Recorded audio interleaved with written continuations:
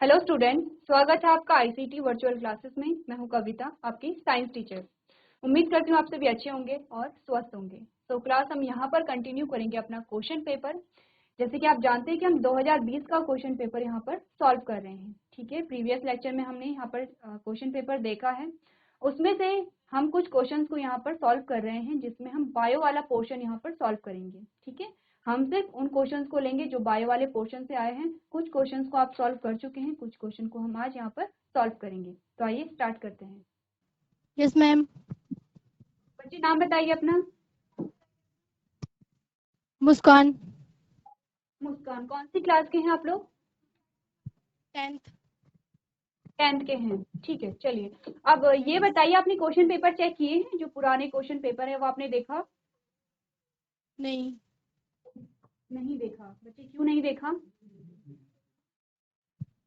देखिए, आपको ये पता है कि क्वेश्चन पेपर का पैटर्न क्या होता है? मुस्कान, यस। तो किसी भी बच्चे ने क्वेश्चन पेपर नहीं चेक किया है जीजीआईसी सोमेश्वर में? किसी भी बच्चे ने नहीं देखा जो पुराने क्वेश्चन पेपर आते हैं? मैम किया है। अच्छा किया, आपने देखा है क्वेश्चन पेपर। ठीक है, कहाँ देखा बच्चे? आपके पास है क्वेश्चन पेपर? मैम अभी तो नहीं है पर देखा था। अच्छा चलो, देखा था। एक बार हम फिर से देख लेते हैं क्वेश्चन पेपर को, ठीक है? उसके बाद हम क्वेश्चन पेपर यहाँ पर सॉल्व करते हैं। जीजीआईसी सोमेश्वर, सारे बच्चे आगे ध्यान देंगे, ठीक है? यह आपका 2020 का क्वेश्चन पेपर है विज्ञान का। समझ रहे हैं आप लोग? अब आप ध्यान देंगे। देख लीजिए कि क्वेश्चन पेपर आपके पास कैसे कैसे आता है। आपने कहा सबसे पहले तो आपके पास कितने नंबर का क्वेश्चन आएगा? 80 नंबर का आपके पास क्वेश्चन पेपर आता है।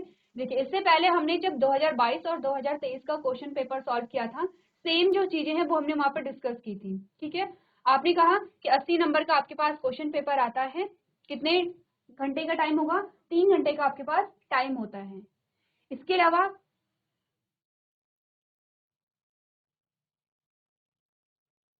इसके अलावा आपको कुछ निर्देश यहाँ पर दिए जाते हैं जो कि आपको फॉलो करने पड़ते हैं। जैसे कि आपके पास टोटल नंबर कितने हैं? 30 हैं। आपको हर एक क्वेश्चन को यहाँ पे क्या करना है? अटेंड करना है। क्वेश्चन कितने नंबर का है वो आपको प्रश्न के आगे बता दिया जाता है कि इतने नंबर का प्रश्न है। ठीक है, उसके अलावा आपको ये कहा गया कि क्वेश्चन नंबर 1 में आपके पास कैसे होंगे? बहुविकल्पी प्रश्न होंगे। मल्टीपल चॉइस क्वेश्चन आपके पास आते हैं जिनमें से आपको अपना सही उत्तर वहां पर चूज करना है। ठीक है, क्वेश्चन नंबर 2 से लेके 6 तक के जो क्वेश्चन होंगे वो 1 नंबर के आपके पास आएंगे। 7 से लेके 15 तक के जो क्वेश्चन है वो 2 नंबर के आएंगे।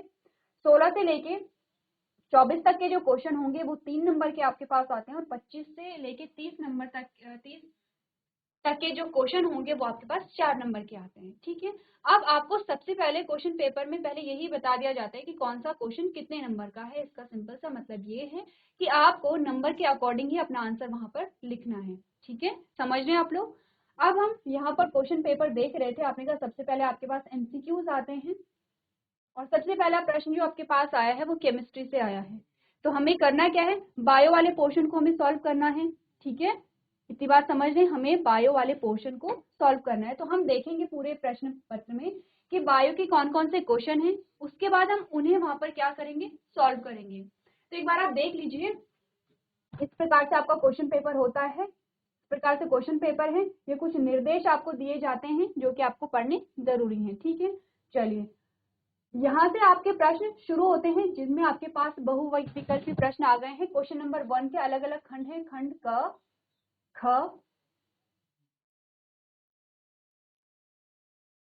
ग, घ। अब आप यहाँ पे देखिए, ये जो क्वेश्चन है ये आपका केमिस्ट्री वाला पोर्शन है। ठीक है, सेकंड भी आपका केमिस्ट्री से आया है। क्वेश्चन नंबर 1 का जो ग है वो आपका कहाँ से आया है? बायो से आया है। क्या पूछा गया है आपसे? मनुष्य शरीर में वृक्क किससे संबंधित है? यानी कि हमारे शरीर में जो किडनी है वो किससे संबंधित है? कौन मुझे बताएगा? चलिए, अब हम क्या देख रहे थे? क्वेश्चन नंबर आपके पास जो फर्स्ट का ग है वो आपका बायो से रिलेटेड क्वेश्चन है। आपसे पूछा गया कि जो वृक्क है, जो किडनी है, वो किससे संबंधित है? ऑप्शन में क्या क्या देखे गए हैं आप? देखिए, सबसे पहला है परिवहन यानी कि ट्रांसपोर्ट, दूसरा है पोषण यानी कि न्यूट्रिशन, तीसरा है श्वसन यानी कि रेस्पिरेशन, चौथा है उत्सर्जन यानी कि एक्सक्रीशन। अब इस क्वेश्चन का आंसर कौन बच्चा बताएगा? जीआईसी नारायण बगड़, आप में से कोई बच्चा बताएगा इसका आंसर? ठीक है, माइक लीजिए अपना।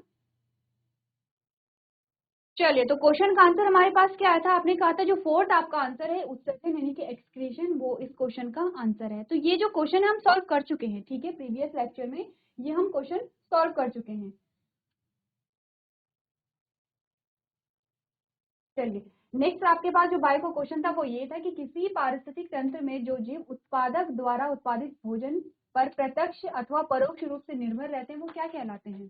ठीक है, क्वेश्चन आपसे पूछ क्या रहा है, सबसे पहले ये देखना है, उसके अलावा आपको ध्यान ये देना है कि क्वेश्चन कितने नंबर का है। ठीक है, क्वेश्चन नंबर 1 हमारा चल रहा है जिसमें हम एमसीक्यूज यहाँ पर देख रहे हैं, यानी कि बहुविकल्पी प्रश्न है। अब हमने कहा कि आपके पास सबसे पहले स्टेटमेंट क्या आई है? What are the organism called which depend directly or indirectly for food produced by the producer in an ecosystem. यानी कि एक पारिस्थितिक तंत्र है जिसमें आपको कहा गया कि कोई एक जीव है वो प्रत्यक्ष और अप्रत्यक्ष रूप से अपने भोजन के लिए किसी दूसरे पर निर्भर है। आप उसे आप क्या कहेंगे? क्या कहेंगे? आपके पास ऑप्शन में कहा गया है अपघटक कहते हैं, डिकम्पोजर, अपमार्जक कहेंगे यानी कि डिटर्जेंट, उपभोक्ता कहेंगे कंज्यूमर, या स्वयं पोषी कहेंगे ऑटोट्रॉफ। चारों ऑप्शन को देखिए और स्टेटमेंट को देखिए, आपको ये बताना है कि आपका कौन सा ऑप्शन यहाँ पर सही आता है। क्या आपने बात की है? आपने बात की है यहाँ पर कि कोई जो जीव है वो उत्पादक द्वारा, जो प्रोड्यूसर्स हैं, उत्पादक है, उस पर निर्भर है। तो उत्पादक को आप क्या कहते हैं? आपने कहा स्वयं पोषी। जो यहाँ पर ऑटोट्रॉफ होगा वही उत्पादक होगा जिसे आप क्या कहते हैं? स्वयं पोषी कहते हैं। ठीक है, अब जो उस पर निर्भर है तो उसे आप अपघटक तो नहीं कहेंगे। अपघटक होते क्या है? जो निम्नीकरण कर रहे हैं, ठीक है, वो अपघटक होते हैं। आपने कहा अपमार्जक भी नहीं कहेंगे, आपने कहा क्या कहेंगे? उपभोक्ता कहेंगे, कंज्यूमर कहेंगे, जो कि भोजन को कंज्यूम कर रहे हैं। ठीक है, क्लियर है इतनी बात? तो ये सारी चीजें हमने देख ली थी।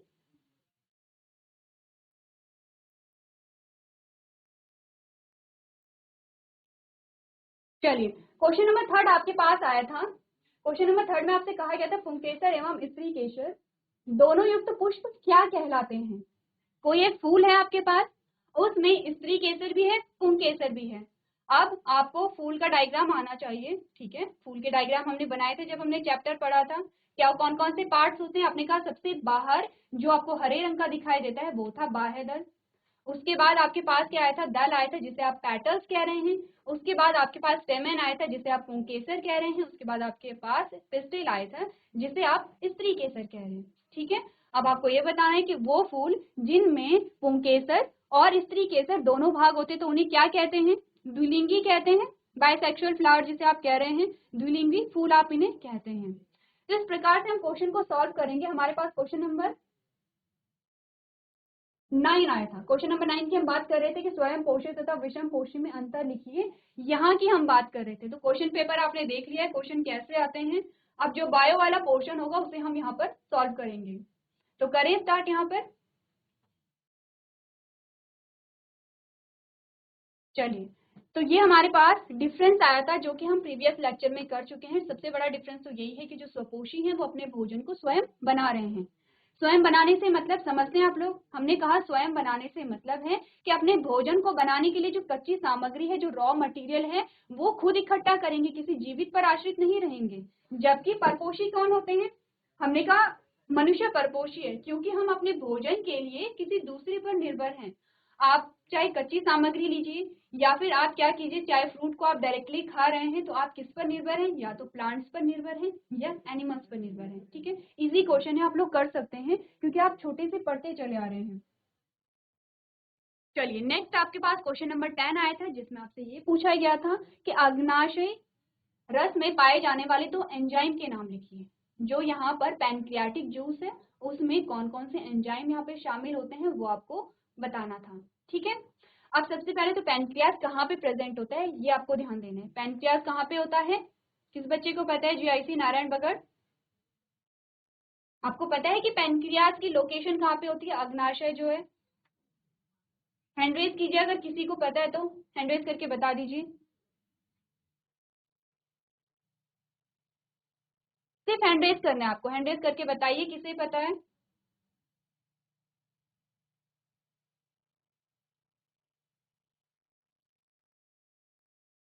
चलिए, ज्यादातर बच्चों को पता है कि जो पैनक्रियाज है वो कहाँ प्रेजेंट होता है।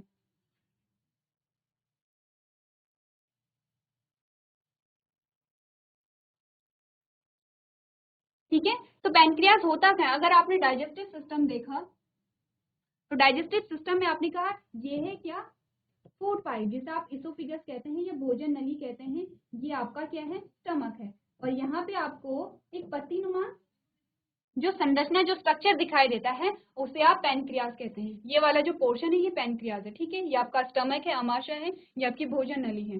अब जो पैनक्रियाज है वो क्या है, यहाँ पर उस दोनों प्रकार के जो ग्लैंड से दोनों प्रकार के पोर्शन पाए जाते हैं, एंडोक्राइन भी और एक्सोक्राइन भी, अंतःस्रावी भी और बहिस्रावी भी। ठीक है, आपने पढ़ा होगा ग्लैंड्स के बारे में, ग्रंथियों के बारे में।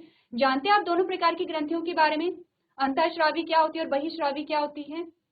अब यहाँ पर आपने कहा पैनक्रियाटिक जूस में कौन कौन से एंजाइम आपको यहाँ पर बताए गए थे? काफी सारे एंजाइम्स की हमने बात की थी, जैसे कि आपने कहा अमाइलेजेस, लाइपेज एंड न्यूक्लियेजेस।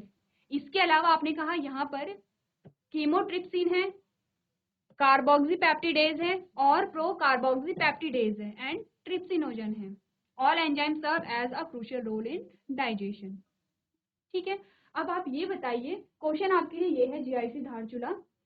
एंजाइम के नाम तो आपको पता है कि पैनक्रियाटिक जूस में अग्नाशयी रस में कौन कौन से एंजाइम पाए जाते हैं।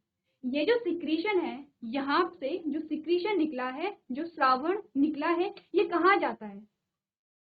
देखिए, पाचन तो ये कर रहे हैं, ये हम समझते हैं कि यहाँ पर जो अग्नाशयी रस है वो पाचन कर रहे हैं, लेकिन इनका जो श्रावण है, जो पाचक रस है, वो कहाँ पर पाचन कर रहे हैं? तो ये क्वेश्चन आपके लिए है, कौन बताएगा जीआईसी धारचूला?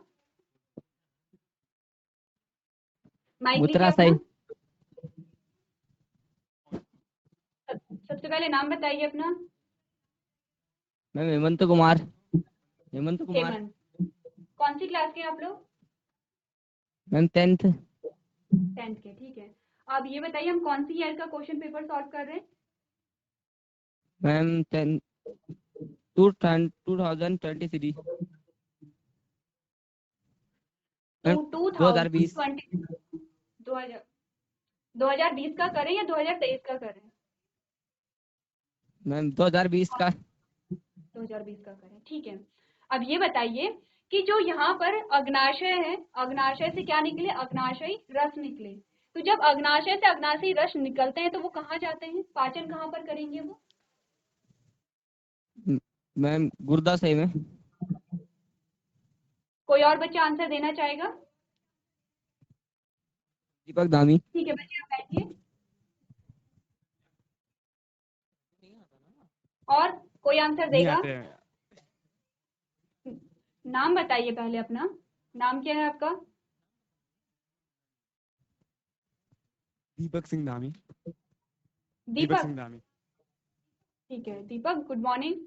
दीपक, गुड मॉर्निंग मैम। अच्छा, अब ये बताइए, पाचन तंत्र किन बच्चों ने पढ़ा है? बैठिए आप लोग। पाचन तंत्र के बारे में आप क्या जानते हैं? Digestive system. ये बताइए, हाइड्रोक्लोरिक एसिड कहाँ से रिलीज होता है? हाइड्रोक्लोरिक एसिड, HCl जिसे कहते हैं, कौन बताएगा? हैंड रेज कीजिए, कौन बताएगा?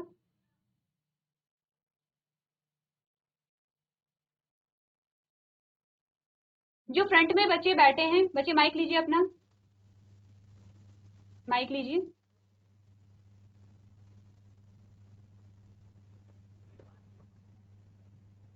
बच्चे, आपके एग्जाम होने वाले हैं और आपको जो बेसिक क्वेश्चन है वही नहीं आ रहे हैं, बल्कि आप माइक भी नहीं ले रहे हैं। ऐसे कैसे होगा? आप सबसे पहले ये तो बताइए, आपको आते हैं या नहीं आते? नहीं आते तो आंसर आपको दिए जाएंगे। जीआईसी गौचर, बच्चे माइक ऑन कीजिए अपना। Yes, ma'am.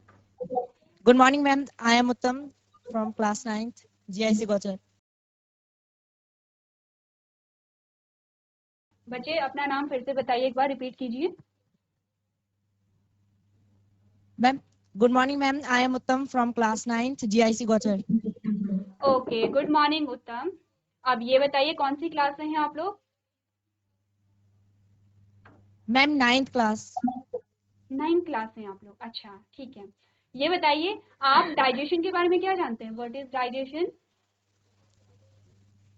मैम डाइजेशन यानी पाचन तंत्र, जो जिसमें हमारा खाना पाचन होता है, हमारे जिसे खाना पाचन होकर के हमारे अन्य शरीर के अन्य भागों में जाता है। ओके, कुछ पाचक अंगों के नाम बता सकते हैं आप लोग? मैम आमाशय। ठीक है, यस। ओके, चलिए, वेरी गुड उत्तम। आप बैठिए, एटलीस्ट आपने माइक लिया और आपने बात की। जीआईसी धारचूला, जीआईसी धारचूला, आपको क्वेश्चन नहीं आ रहे तो आप लोग आगे ध्यान दीजिए, ठीक है? ना ही आप लोग माइक ले रहे हैं, ना ही आप लोग नोट कर रहे हैं। आगे के जो बच्चे फ्रंट में दो बच्चे बैठे हुए हैं, आपस में बातें मत कीजिए, हंसिए मत। तो यहाँ पे देखिए, जो यहाँ पर पैनक्रियाटिक जूस निकलते हैं, उनका जो सिक्रीशन जाता है वो जाता है छोटी आंत में, ठीक है? ये जो सिक्रीशन निकलेगा वो जाएगा छोटी आंत में, आपके स्मॉल इंटेस्टाइन में, और वहीं जो सारे पाचन संबंधित जो क्रियाएं होती हैं वो वहां पे पूरी होती है, ठीक है? अगला प्रश्न देखें, हाइड्रा में मुकुलन को केवल चित्र द्वारा समझाइए। हाइड्रा में आपको क्या बताना है? मुकुलन बताना है। क्या होता है बर्डिंग इन हाइड्रा? सबसे पहले तो ये बताइए कि मुकुलन क्या होता है? बर्डिंग किसे पता है? जीआईसी धारचूला, दीपक। अच्छा, जो माइक लीजिए, जिसे भी आंसर पता है। मुकुलन विधि में शरीर में एक उभार आने लगता है और वह धीरे धीरे वृद्धि करते हुए एक जीव की उत्पत्ति करता है, जैसे हाइड्रा। वेरी गुड, नाम बताइए बच्चे पहले अपना। यीस्ट। दीपक सिंह धामी। दीपक, ठीक है, अच्छा दीपक। हाँ, तो दीपक आपने बिल्कुल सही आंसर दिया है। अब ये बताइए, मुकुलन जो है वो किस प्रकार की विधि है? क्यों मुकुलन हो रहा है? मुकुलन एक लैंगिक प्रजनन की विधि है। विधि है मुकुलन। जी मैम, प्रजनन की है। ठीक है, वेरी गुड, मतलब कि वेरी गुड। लैंगिक जनन। ठीक है, यहाँ पर जो है अलैंगिक जनन की विधि है मुकुलन, और मुकुलन किसमें होता है? हाइड्रा में होता है। जैसे कि हमें दीपक ने क्या बताया, आपने कहा ये एक हाइड्रा है, ठीक है? फॉर एग्जाम्पल ये एक हाइड्रा है। अब इस हाइड्रा में होगा क्या? आपने कहा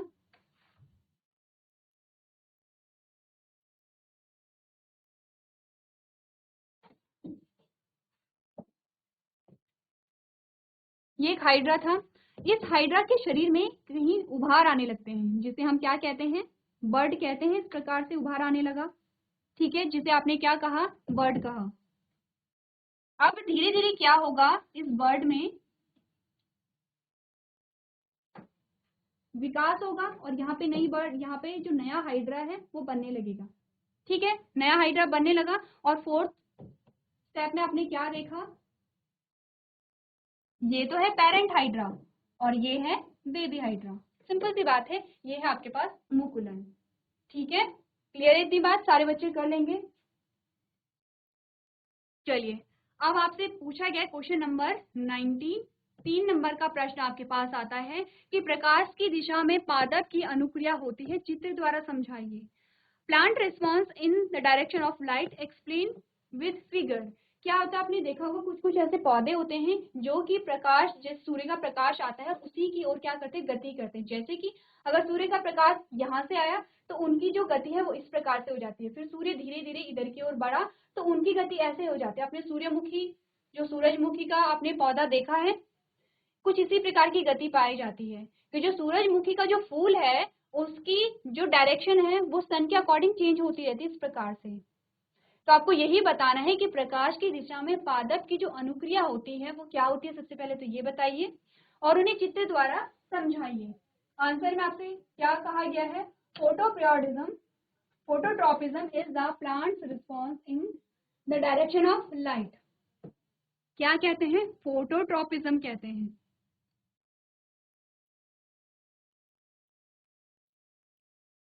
यानी कि जो प्लांट या पादपों की सूर्य के अकॉर्डिंग या सूर्य के अनुसार जो गति में परिवर्तन होता रहता है उसे आप कहते हैं फोटोट्रॉपिज्म, ठीक है? एक्सप्लेनेशन में आपको क्या कहा गया है? The cells of the stem of the plants are elongated on the side that is farthest from the light. Phototropism में भी नेगेटिव और पॉजिटिव, फोटोट्रॉपिज्म क्या होता है? नेगेटिव और पॉजिटिव दोनों होता है। कैसे होता है? आपने कहा कि अगर सूर्य के अनुसार या सूर्य के अकॉर्डिंग गति हो रही है तो वो पॉजिटिव फोटोट्रॉपिज्म है, अगर सूर्य के अपोजिट डायरेक्शन में हो रही है तो उसे नेगेटिव फोटोट्रॉपिज्म कहते हैं। जैसे कि जैसे कि आपने कहा ये एक क्या है, स्टेम है, ठीक है, ये है स्टेम, और यहाँ पर आपको ये रूट दिखाई गई है इस प्रकार से, ये है रूट और ये है स्टेम। अब यहाँ पर हमने कहा ये है आपका सन। अब हमने कहा जो तना है वो सूर्य की ओर इसकी गति हो रही है, पॉजिटिव फोटोट्रॉपिज्म है। पॉजिटिव का मतलब है कि सूर्य की ओर जो गति हो रही है वो है पॉजिटिव फोटोट्रॉपिज्म। आपने कहा जो जड़ है, जड़ में किस कहाँ की ओर गति हो रही है, नीचे की ओर गति हो रही है, तो ये होता है नेगेटिव फोटोट्रॉपिज्म। ठीक है, सिंपल सी बात है। नेक्स्ट आपको कहा गया है the growing and bending of the plant in a particular direction in response to light are called phototropism. क्या कहते हैं, आपने कहा जो प्लांट की जो ग्रोथ है या प्लांट की जो बेंडिंग है किसकी ओर, आपने कहा कि सूर्य के प्रकाश की ओर, उसे आपने फोटोट्रॉपिज्म कहा। In phototropism the response of the plant is towards the light source.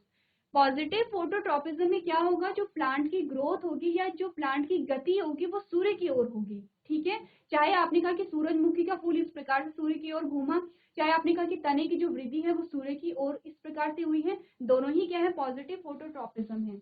इसके अलावा आपने क्या कहा, in negative phototropism the response of the plant is away from the light source.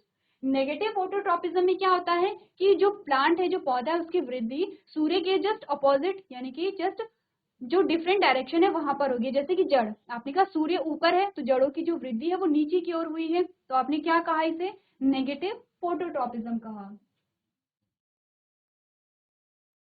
चलिए, अब आपके पास एक इमेज यहाँ पर आती है जिसमें आपको फोटोट्रॉपिज्म समझाया गया है। ठीक है, यहाँ पर बल्ब ना समझ करके आप क्या लेंगे, यहाँ पे सूर्य को लेंगे। तो आप देख रहे हैं कि जब यहाँ पर क्या था, लाइट यहाँ पर थी, ये क्या है, मान लीजिए कि आपका सन है और ये भी आपका सन है। तो जब यहाँ पर जो सन है, जो सूर्य है, वो ऊपर था, तो प्लांट की जो वृद्धि थी या फिर प्लांट की जो मूवमेंट थी वो सीधे ऊपर की ओर थी। अब आपने क्या किया, साइड से आपने हो सकता है कि यहाँ पर एक विंडो के सामने आपने क्या रख दिया है, इस पौधे को रख दिया है। यहाँ पर जो लाइट आ रही है वो इस डायरेक्शन से आ रही है, तो इस डायरेक्शन से जब लाइट आई तो पौधे की वृद्धि ऐसे ना होकर के ऐसे जो पौधा है वो बैंड हो गया है, इसी को आप क्या कहते हैं, फोटोट्रॉपिज्म कहते हैं। क्लियर है इतनी बात? एक बार आप पढ़ लीजिए और डेफिनेशन को आप नोट कर लीजिए। चलिए अगला प्रश्न देखें किस प्रकार से आपके पास आया है। ये आपके पास क्वेश्चन नंबर 20। ठीक है, पूछा क्या गया है, देखिए सबसे पहले तो क्वेश्चन नंबर 20 में आपके पास अथवा में भी प्रश्न आया है, या तो आप इस प्रश्न को सॉल्व कीजिए या फिर आप इस प्रश्न को सॉल्व कीजिए। 3 नंबर का है, ये भी 3 नंबर का है और ये भी 3 नंबर का है। सबसे पहले ऊपर वाले पोर्शन को देखते हैं जिसमें आपसे कहा गया है एक उभयलिंगी पुष्प की अनुदैर्ध्य काट का चित्र बनाकर जननांगों को प्रदर्शित कीजिए, यानी कि draw a diagram of longitudinal section of bisexual flower and show reproductive organs. आपको एक फूल का चित्र बनाना है, ठीक है, और उसमें फूल के रिप्रोडक्टिव ऑर्गन्स को आपको दिखाना है। तो आप ये बताइए सबसे पहले तो फूल के जो रिप्रोडक्टिव ऑर्गन होते हैं, जननांग होते हैं, वो कौन कौन से होते हैं, किसे पता है? GIC Dharchula, GIC Gauchar. कितने बच्चों को पता है कि जो फूल है, जो फ्लावर है, उसके जननांग क्या क्या होते हैं या रिप्रोडक्टिव पार्ट कौन कौन से होते हैं? नाम बताइए, किसे पता है? जीआईसी गौचर, किसी को पता है?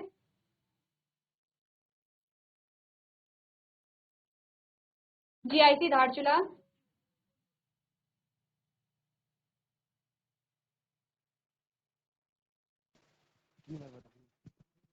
पुंकेसर, स्त्री केसर, अंडाशय। वेरी गुड, बहुत अच्छे।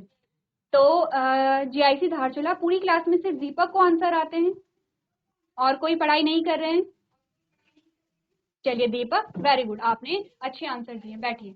बिल्कुल सही आंसर है यहाँ पर दीपक का। अब ये बताइए दीपक और पूरी क्लास, क्या आप लोग इस क्वेश्चन का आंसर सॉल्व कर लेंगे? क्या बना लेंगे? जो फूल का आपको डायग्राम बनाना है वहां पर आपको पुंकेसर और स्त्री केसर दोनों को बताना है, और पुंकेसर के अलग अलग भागों को भी बताना है, स्त्री केसर के अलग अलग भागों को बताना है, उनके नाम बताने हैं। तो कितने बच्चे कर लेंगे? हैंड रेज कीजिए अपना, कितने बच्चे कर लेंगे? हैंड रेज कीजिए। चलिए कुछ बच्चे कर लेंगे। अब मैं यहाँ पर क्या कर रही हूँ, फ्लावर के रिप्रोडक्टिव पार्ट्स बना रही हूँ। आपको इनके नाम मुझे बताने हैं।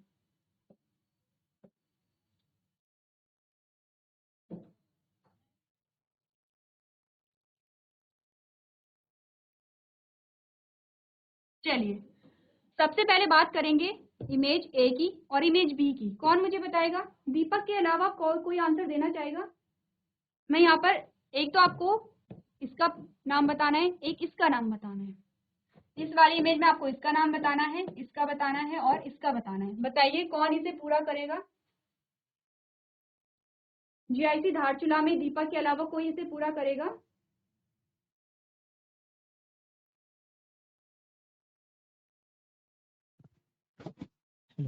मैम इमेज बी बता सकता हूँ मैं। ठीक है बच्चे पहले अपना नाम इमेज बताइए। बी। पहले नाम मैम माय बताइए। Name is Tejas from GIC Dharchula. ठीक है तेजस। ठीक है तेजस बताइए मुझे बी Yes, में। ma'am.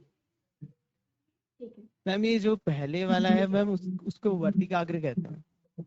वर्तिकाग्र इमेज बी। ठीक है और मैम वर्तिका फिर दूसरा वाला वर्तिका वर्तिका, और तीसरा वाला अंडाशय। तीसरा वाला अंडाशय। चलिए तेजस आपने बिल्कुल करेक्ट आंसर दिया है, वेरी गुड। बैठिए नीचे, बहुत अच्छे। Thank you. अब इमेज ए वाला कौन सॉल्व करेगा, कौन नाम बताएगा? चलिए मैं आपको आंसर बता रही हूँ, आप आंसर देखिए। ठीक है, ये होगा परागकोश और ये होगा पुंतंतु।